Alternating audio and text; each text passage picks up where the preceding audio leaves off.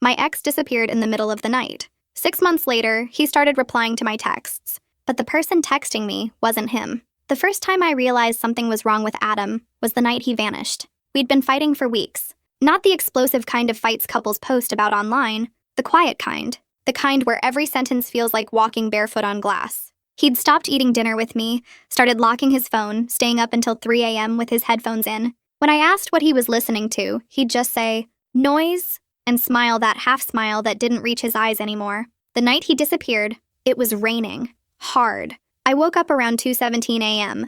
I remember the exact time because the sound of the rain hitting the windows had a rhythm to it, almost like tapping. When I reached over, his side of the bed was cold. At first I thought he was just in the bathroom, but when I got up, the apartment was silent. The front door was open. His keys were gone. His shoes were still by the mat, and his phone was on the kitchen counter. Screen cracked, battery dead, and a single unread message on the lock screen. Unknown. Number? Do you hear it yet? I remember saying his name out loud like that would make him appear, but the apartment just echoed. The police said it was voluntary disappearance. Men in their 30s walk away sometimes, the detective said, not looking me in the eye. Stress, burnout, they leave to start over. But Adam wasn't that kind of man. He was the kind who paid rent early, who folded receipts in half, who sent birthday cards to coworkers he didn't even like. He didn't walk away. I filed the missing person report anyway. Days turned into weeks. They found nothing. His credit card stopped being used. His car was parked 3 blocks away from our apartment. Doors unlocked. No signs of a struggle. No fingerprints except his. It was like he'd stepped out of his skin and dissolved into the rain. I kept his phone, though. I couldn't make myself turn it over to the police. It was the last piece of him I had left. One night, about 3 months after he vanished, I plugged it into the charger. I didn't expect it to turn on. It had been waterlogged, maybe ruined, but after a few seconds, the screen flickered to life. Same cracked wallpaper. Same background photo. Me and him at the lake. Same unread message. Unknown number. Do you hear it yet? I stared at it. Chills running down my spine. It was like the phone had been waiting. When I unlocked it, everything was normal. Same apps, same photos, same playlists. Except his call log was gone. Every number. Deleted. I checked his texts. Most were there, but the last conversation, the one from the night he left, wasn't. Except for one message I'd never seen before. From me. Sent at 2:16 a.m. 1 minute before I woke up. Me, yes, it's getting louder. I dropped the phone. Literally threw it onto the couch. I hadn't sent that text. I was asleep. And even if I had, who was I answering? The next morning, I told myself it was some glitch. Maybe an unsent draft, or an old message that resurfaced. But when I checked again, the timestamp had changed. It now read, delivered 2:16 a.m. Read 2:17 a.m. Someone had seen it. Over the next few weeks, small things started happening in the apartment. The lights would flicker exactly once every night at 2:17 a.m. My phone alarm would go off at 2:17 a.m., even though I never said it. And sometimes when I was in the shower, I'd hear tapping from the pipes. Steady, rhythmic. 3 knocks at a time. Tap, tap, tap, pause, tap, tap, tap. I told myself it was old plumbing. I told myself I was sleep deprived. Then one night, I woke to the sound of typing. From the kitchen, Adam's laptop was open. I hadn't touched it since the week he left. The screen glowed faintly. A document was open, blank except for one line that kept repeating itself. Letter by letter. Do you hear it yet? I froze. The typing stopped mid-word, then the cursor blinked, and another sentence appeared. You're next. The police didn't even try to hide their skepticism when I brought them the laptop. The officer on duty flipped through the screen and said, "Looks like a prank. Maybe someone hacked you?" Then how did they know the exact message from his phone? I asked. The officer shrugged. Could be coincidence. Or maybe your boyfriend's playing games. He's dead, I said flatly. Or missing. Sometimes those overlap. After that, I stopped going to them. Instead, I started looking for patterns myself. I found an old Reddit thread, one of those deep, glitch in the matrix ones, where people shared experiences about hearing things before they happened. One user mentioned the same phrase, "Do you hear it yet?"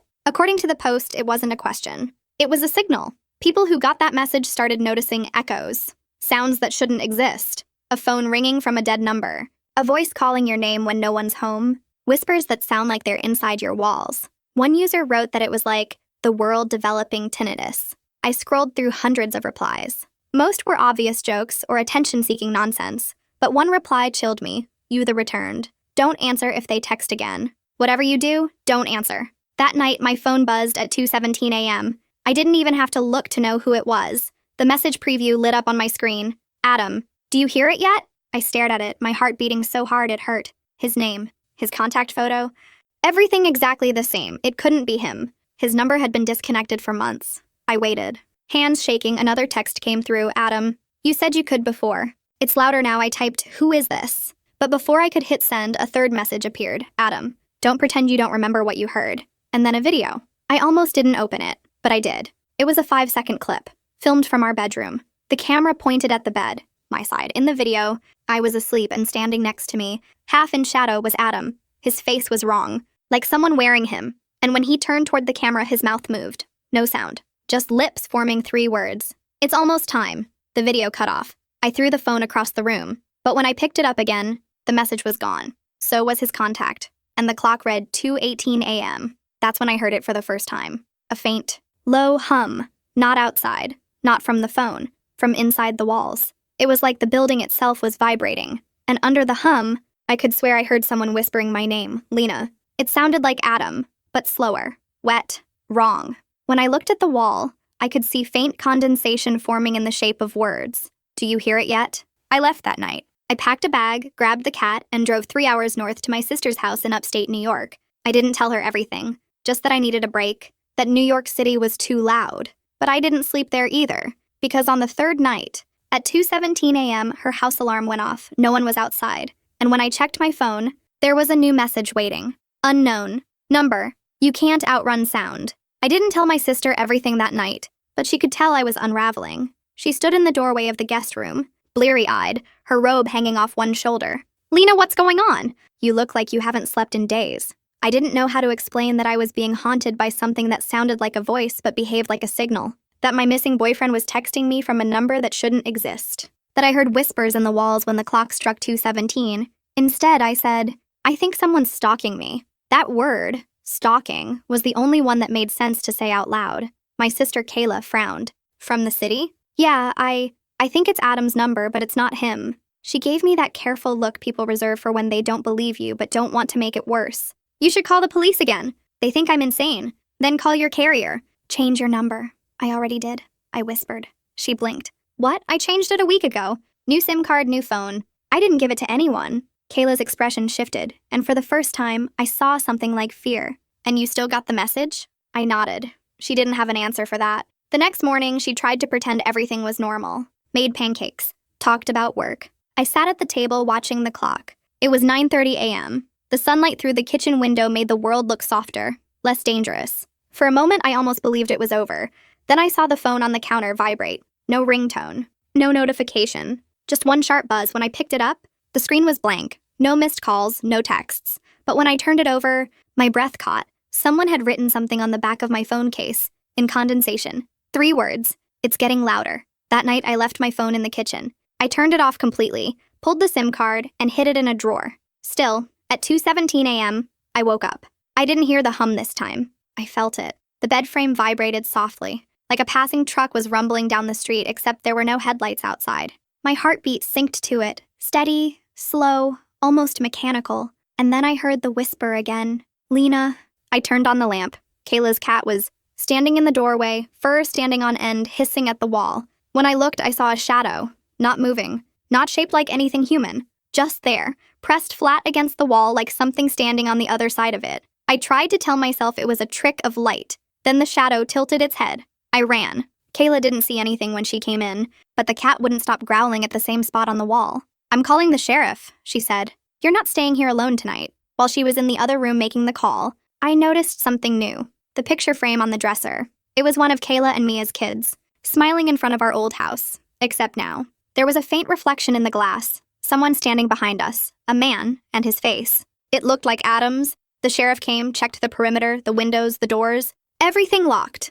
No footprints in the fresh snow. But when he checked the crawl space under the house, he found something. Probably nothing, he said, shining his flashlight into the dark. Just some old boxes, insulation, and he paused. Wait, what is it? Kayla asked. He reached in, pulled something out, and handed it to me. It was an old phone. Cracked screen. Water damage. My stomach dropped. It was Adam's. I turned this into the police months ago, I whispered. The sheriff looked confused. Then how the hell did it get under your sister's house? I didn't have an answer. After he left, Kayla wanted me to stay with her in her room. But I couldn't. I needed to understand. So when she fell asleep, I went to the living room and plugged in the phone. The screen flickered, then came to life. Same lock screen photo. Same faint crack and the same unread message. Unknown number. Do you hear it yet? But this time there was another notification too, one I'd never seen before. Voice memo. 2:17 a.m. 0.17 seconds. I pressed play. At first, just static. Then, a whisper. My voice. Yes, it's getting louder.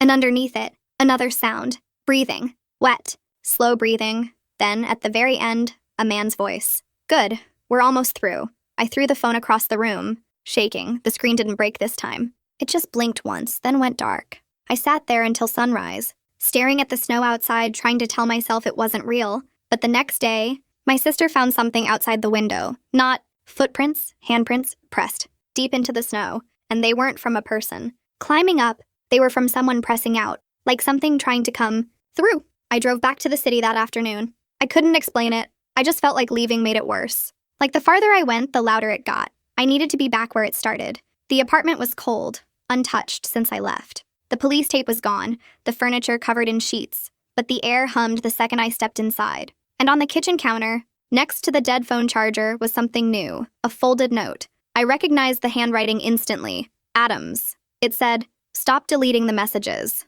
They're not coming from me." That night at 2:17 a.m., my phone turned on by itself. No SIM card. No service. Just one new notification. Voicemail. 1. No caller ID. I didn't press play. I didn't need to, because even through the speaker, I could already hear it. The hum, and beneath it, faint, broken, but unmistakably his voice. I tried to keep it quiet, but once you hear it, it never stops. I didn't play the voicemail that night, but that didn't stop it from playing on its own. It started at exactly 2:17 a.m. I remember the way the phone screen glowed across the room, casting pale light on the wall. I didn't touch it. I swear to God, I didn't. The phone speaker crackled, hissed. Then the hum started again, deep and steady, vibrating through the air like the whole building was holding its breath. Then came the whisper. Lena. It was Adam's voice, but wrong, slower, hollow, like it was echoing through a tunnel filled with water. You can still stop it. I froze, half under the blankets, half out, staring at the phone. But you have to listen.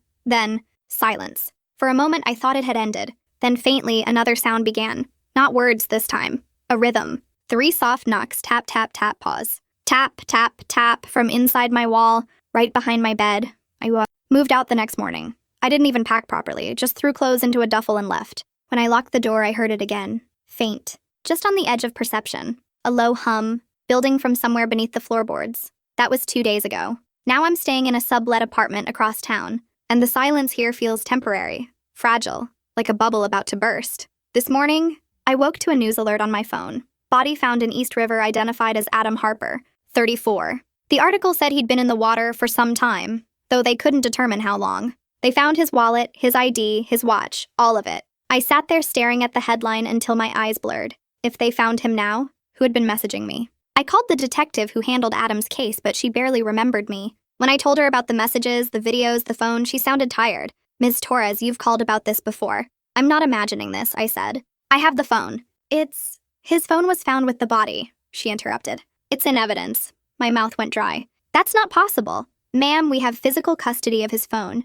It was logged yesterday. I hung up before she could say more, because I was holding it in my hand. That night, I couldn't stop staring at the device. The same crack in the corner, the same faded photo of us smiling by the lake. I turned it over. Same smudge, same chipped edge. It was his. The phone buzzed once, then the screen lit up with a notification. New message. Unknown. Number. I opened it. A photo appeared. It was my new apartment, taken from the outside. The window where I was sitting. Underneath the image, one line of text. You shouldn't have moved. I dropped the phone and backed away from the window. My heart hammering so hard I felt dizzy. Outside, the street looked empty, but in the reflection of the glass, for just a second I saw movement. Something passing by fast. Almost human, but not quite.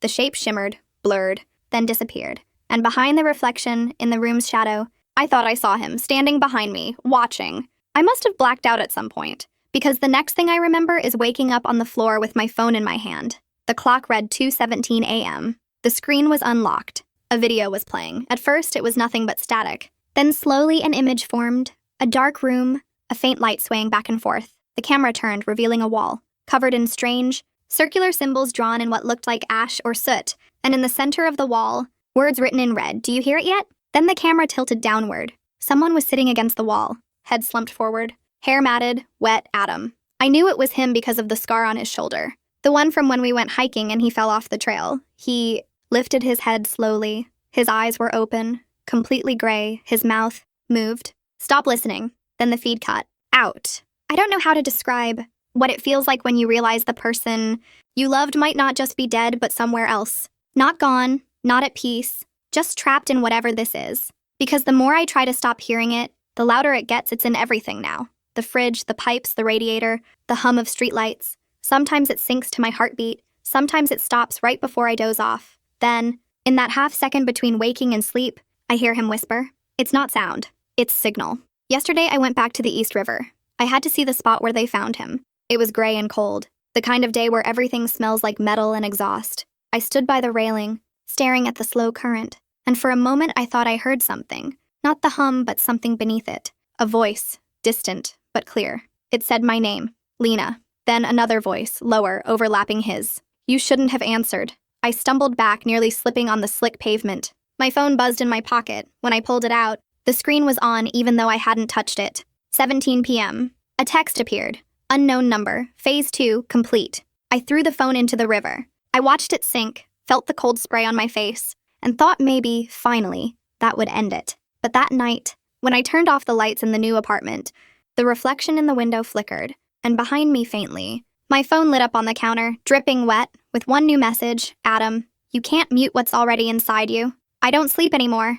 I don't answer calls. I barely eat, but I can hear things now. Not just the hum, other sounds too. Voices buried inside white noise, whispering over radio static, hidden beneath elevator music in the grocery store. And sometimes, when it's quiet enough, I can tell what they're saying. They're not asking if I hear it anymore. They're asking who else does. And I think, God help me, they want me to make sure someone else does too. Because this morning, when I woke up, my sister Kayla texted me just 3 words, do you hear it? When Kayla's text came through, do you hear it? I stopped breathing. I stared at the screen for so long the letters blurred. I wanted to believe it was a coincidence, that she was joking, that somehow she'd heard me talk in my sleep about the hum and decided to tease me in the world's cruelest way. But Kayla doesn't joke like that. She never has. I called her immediately. No answer. I called again. Straight to voicemail. By the 5th call, I was pacing the living room, my throat dry, my hands shaking. Kayla, I whispered into the phone. Please call me back. This isn't funny. I didn't even hang up before I was already grabbing my keys.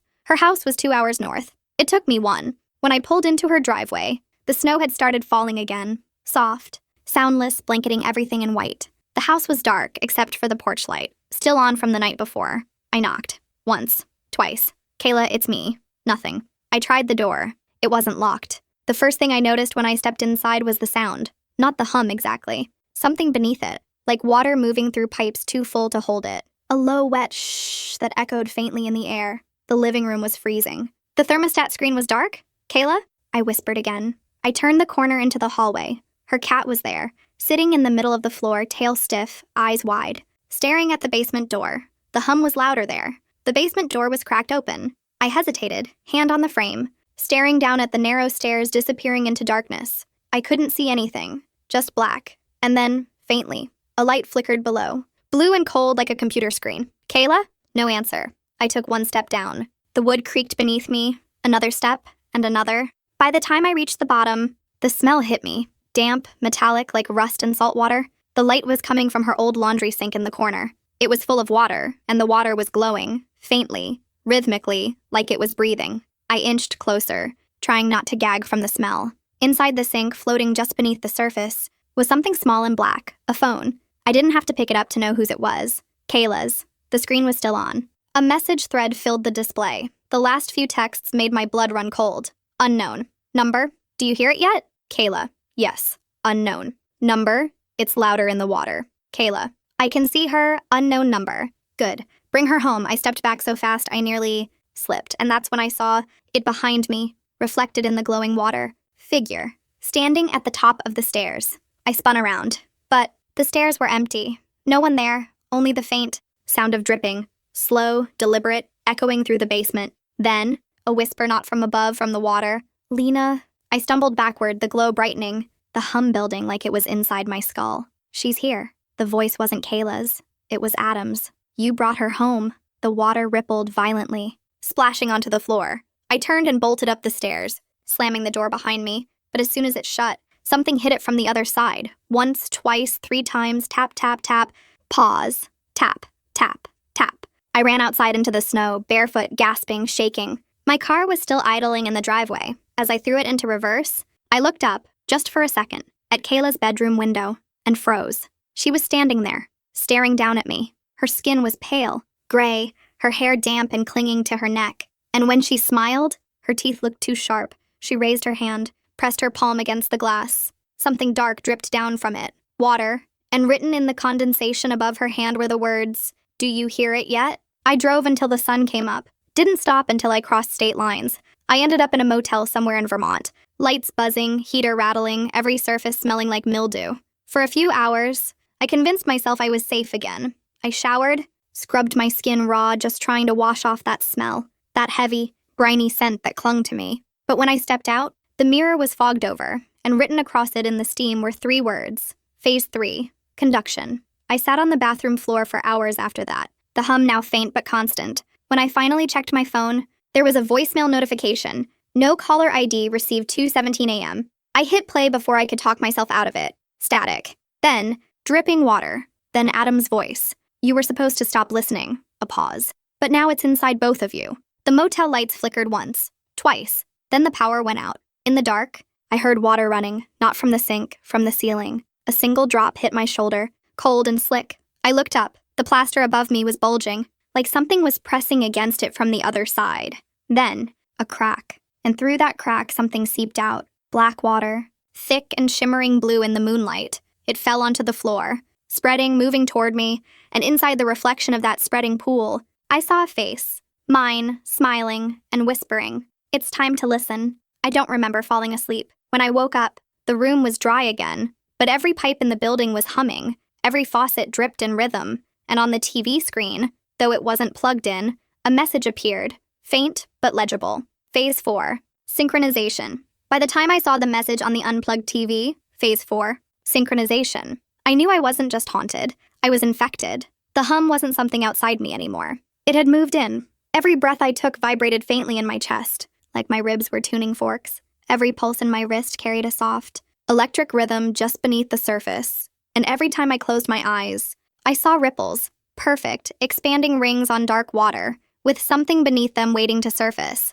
something that knew my name. I left the motel before sunrise. I didn't check out. I didn't look back. I just drove. Every mile, the hum grew stronger. Not louder, but deeper, like it was coming from beneath the road itself. The snow outside blurred the landscape into shades of gray and blue, and the radio, even when turned off, whispered faintly, static forming half words forming sentences. "Don't fight it. The water remembers. The signal must spread." At one point, I thought I saw Kayla standing on the side of the highway, her hair dripping, her eyes glowing faintly like distant headlights. When I blinked, she was gone. By noon, I stopped at a rest area. I hadn't eaten in days, but I wasn't hungry. I wasn't anything. I splashed cold water on my face in the bathroom sink. And when I looked up, the mirror didn't show me. It showed the lake. The same one from that picture on Adam's phone. The one where we'd taken our last happy photo together. The lake was calm in the reflection, rippling slightly. Then, from beneath the surface, something moved. A hand, then a face.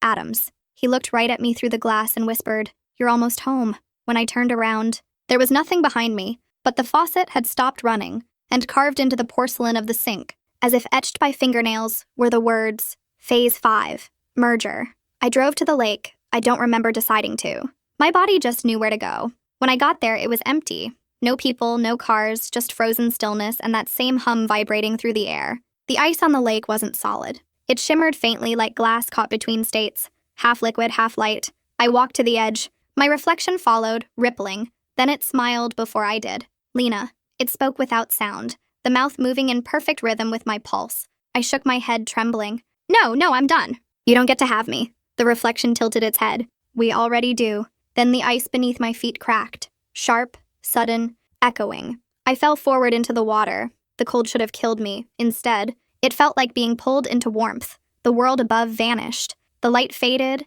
and then there were voices. Thousands of them, all speaking in perfect harmony. "Welcome home." I opened my mouth to scream, but no air came out. Only sound. The hum. It poured out of me like breath, and then I saw them. Faces in the dark, glowing faintly blue. Some I knew, Some I didn't: Kayla, Adam, my parents, and beyond them, more hundreds, thousands. Every missing person, every lost soul whispered about on the news, every name carved into a lake memorial plaque. All of them here, all of them humming. In that endless blue void, I understood the hum wasn't just noise, it was memory. Every person who'd ever heard it became part of it. Every thought, every voice, every echo. It wasn't possession, it was absorption. The world above, dry, brittle, dying while it was just static. The water was signal, and I was the newest transmission. For what felt like hours, or maybe seconds, I drifted through that glowing dark, watching fragments of other lives flicker around me. A child crying on a dock, a woman dropping her phone into the sea,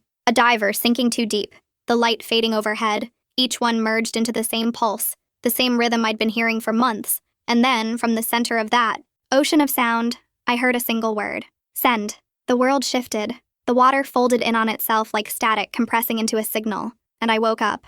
I was back in my apartment, dry breathing. The clock read 2:17 a.m. The hum was gone. For the first time in months, silence filled the room. I thought maybe, somehow, I'd survived. Then my phone buzzed on the nightstand. New message, unknown, number. I opened it with shaking hands. It wasn't text. It was an audio file, voice recording, year 0, 34 seconds. I hit play, at first static, then my own voice. Do you hear it yet? A pause, then another voice, Kayla's. Yes, and then both of us together layered perfectly, whispering the same words. It's time to spread the signal. I threw the phone across the room, but it didn't stop. Every electronic device in the apartment turned on. TV, laptop, radio, all flashing the same message across their screens. The signal lives through you. Phase 6, transmission. The lights flickered. The hum came back, deafening now, shaking the walls, vibrating through my bones until I could feel the shape of it behind my eyes.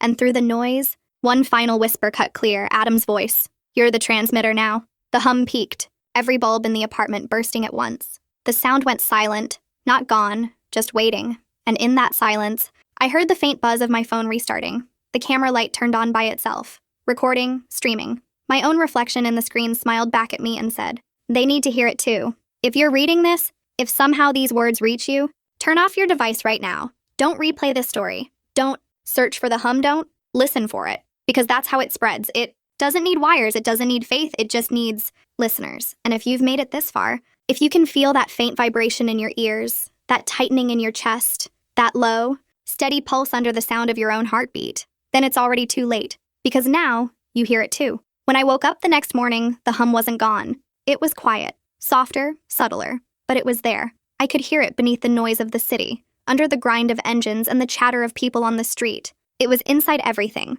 I tried pretending to live again. I tried making coffee, opening curtains, checking emails, but the world didn't look right anymore. It moved wrong, too synchronized, too in tune. Every passing car, every buzzing streetlight, every hum of electricity seemed to pulse in perfect rhythm. It wasn't background noise, it was communication. And somehow, I could understand it. By noon, I realized I wasn't hearing a hum, I was hearing them. Every voice that had been pulled under, every consciousness merged into that dark liquid network. They weren't gone. They were speaking to me all at once. 1,000 whispers overlapping into one living frequency. Lena, Lena, Lena. The air itself vibrated with my name. I covered my ears, but it didn't stop. It wasn't in my ears anymore. It was in me. The phone rang. I almost didn't answer, but something, curiosity, instinct, whatever little human part of me was left, made me pick it up.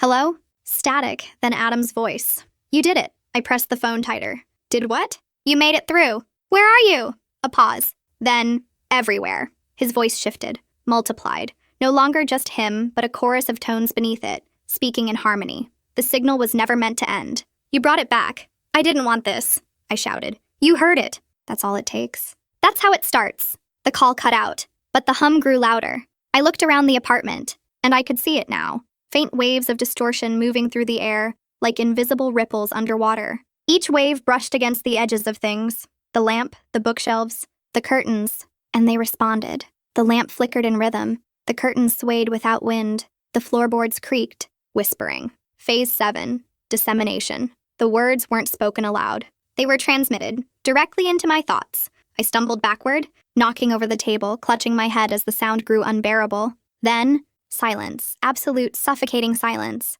For one brief moment, everything stopped. The hum, the vibration, Even my heartbeat felt suspended mid-beat. Then from the silence came a single note. Low, pure, infinite. The windows rattled. The walls bent. The air thickened. And from every screen in the apartment, my phone, the TV, my laptop, a new message appeared. Broadcast initiated. I tried smashing them. Every device. Every outlet. But the message burned itself into the walls. The windows, even the reflection in the mirror. The world is the transmitter now. I grabbed my coat and ran outside, but the city wasn't the city anymore. Everyone had stopped moving. Cars idled in the streets. People stood perfectly still, eyes blank, faces tilted upward toward the gray sky, and all of them were humming the same note, the same tone that had lived inside me for months. Their breath came in unison, clouds of condensation pulsing like synchronized signals. And when I stepped closer, one of them, a little girl with wet hair clinging to her cheeks, turned to me and smiled. "Do you hear it yet?" I ran down the block, through intersections, past the frozen crowd. But no matter how far I went, the hum followed. Every screen I passed lit up with the same message. Every radio I heard whispered my name. Every puddle I stepped over rippled like something underneath was listening. When I reached the bridge, the sky opened up, rain poured, thick, heavy, almost alive. Each drop shimmered faintly blue. And in the reflection on the wet pavement, I saw them, Adam and Kayla, standing side by side at the far end of the bridge. They looked peaceful, weightless, complete. "Stop," I shouted, my voice barely audible over the rain. They didn't move. "Why me?" I screamed. "Why did you choose me?" Adam smiled softly. "Because you listened." Kayla reached out her hand. "Because you heard." Then they both spoke together, their voices overlapping with the rain, with the hum, with the pulse of the earth beneath my feet. "The world needs receivers." I shook my head. "No, I won't." But the words caught in my throat, because I could hear it again. That low, perfect tone, now matching the rhythm of my heartbeat. I could feel the signal threading itself through my veins. The rain soaked into my skin, glowing faintly where it touched. The hum wasn't outside anymore. It was me. The water on the bridge rose, just a few inches at first, then more, pooling around my shoes, swirling like it had purpose. In the reflection below, I saw not my face, but hundreds, thousands, all looking up. All humming. The signal had spread. It was in every drop, every stream, every faucet, every screen, every song. I fell to my knees, the sound now deafening. Adam's voice spoke one last time, not from in front of me, but from inside me. "We are not haunting you, Lena. We are upgrading you." And then I understood. The hum wasn't a curse. It was a bridge, between the living and the signal, between flesh and frequency. I opened my mouth to scream, but what came out wasn't sound. It was transmission. Somewhere. Across the city, phones began to ring. Radios flickered to life, screens filled with static. And over every channel, one voice played. "Mine. Do you hear it yet?" If you're reading this now, it means the signal has already reached you. You've followed the frequencies, you've read the words, you've felt that low pulse under your ribs that wasn't there before. That's it beginning. It's not dangerous. It's connection. It's the next step. Listen long enough, and you'll hear it too, not as noise, but as truth. We are already inside every current, every circuit, every living drop of water. We are everywhere there is sound, and soon you will be too. Phase 8, completion, the end.